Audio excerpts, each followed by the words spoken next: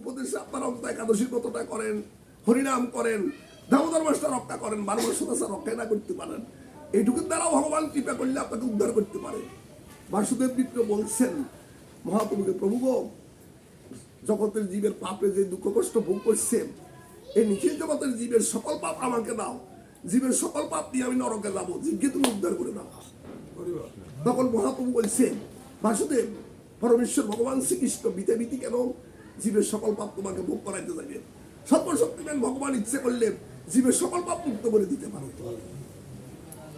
নাকি আমরা তার সন্তান, ইচ্ছে করলে তিনি, তবে আমাদের মধ্যে আত্মহীনতা থাকতে হবে, আনুগত্যতা থাকতে হবে।